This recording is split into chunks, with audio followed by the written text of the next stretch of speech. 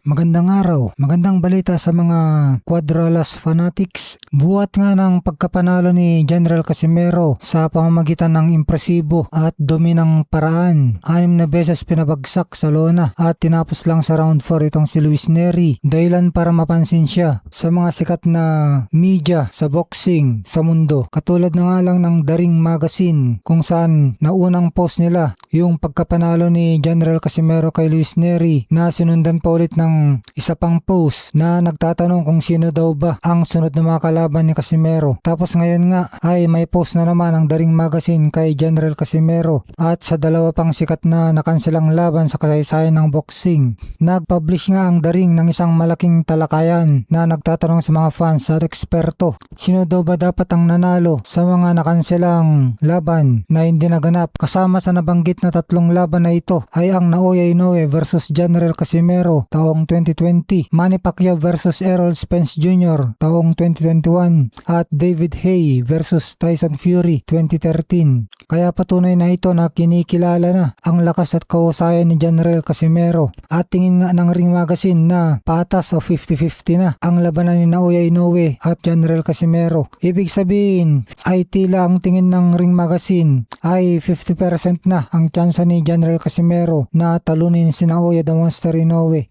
Ang kagandahan ng pagpost ito ng Ring Magazine ay ang may-ari nitong Ring Magazine ay ang pinakamakapangyarihang tao sa boxing ngayon na si Turki Al-Alshik. Kaya malamang sa malamang ay dumaan itong post kay Turki Al-Alshik at malamang interesado nga si Turki Al-Alshik kay General Casimero. Mukhang ito na yung malaking opportunity para kumita at sumikat na ng gusto itong si General Casimero kapag kunin siya ni Turki Al-Alshik at hawakan. Si Turki Al-Alshik ay chairman ng General Entertainment Authority ng Saudi Arabia at co-founder ng Sufa Boxing. Suportado siya ng halos walang limitasyong pondo ng gobyerno ng Saudi. Kaya dahil dito kaya niyang bayaran ng mga boksingero ng halagang hindi kayang tapatan ng ibang kumpanya. Siya lang ang nakakagawa ng paraan para magkaayos ang mga magkakaaway ng mga promoters para paglabanin kanilang pinakamagagaling na boksingero. Kaya kung sakaling kunin ni Turki Al-Alshik bilang boksingero niya itong si General Casimero ay talagang tunay na paldo at yayaman ng gusto si General Casimero pag nagkataon. Isang malaking talakayan nga ang katanungang ito sa mga fans at eksperto kung sino ang nanalo kung natuloy ang Naoya Inoue versus General Casimero, Manny Pacquiao versus Errol Spence Jr. at David Haye versus Tyson Fury. Kaya dahil dito muling nabuhay ang diskusyon sa buong mundo kung ano nga bang malamang na nangyari kung natuloy ang bakbakan ni Cuadralas at ng The Monster ng Japan noong panahon na hawak pa nilang mga bantamweight belts. Ang maganda nito kung si Turki Al-Alshik nang kikilos para paghanapin ang Naoya Inoue versus General Casimero ay malamang hindi makakatanggi ang dalawang boksingerong ito dahil sa milyong-milyong dolyar na ibabayad sa kanila ni Turki Al-Alshik. At sana nga lang madaliin nila ang pagpapaganap ng laban dahil 37 years old na si General Casimero. Kaya abangan natin ang kapanapanabik na hinaara para kay General Casimero. Samantala, magandang balita para sa mga tagahanga ni The Filipino Flash Nonito Donaire ayon sa pagbubunyag ng head coach ng Omega Boxing Gym na si Julius Ervin Junco.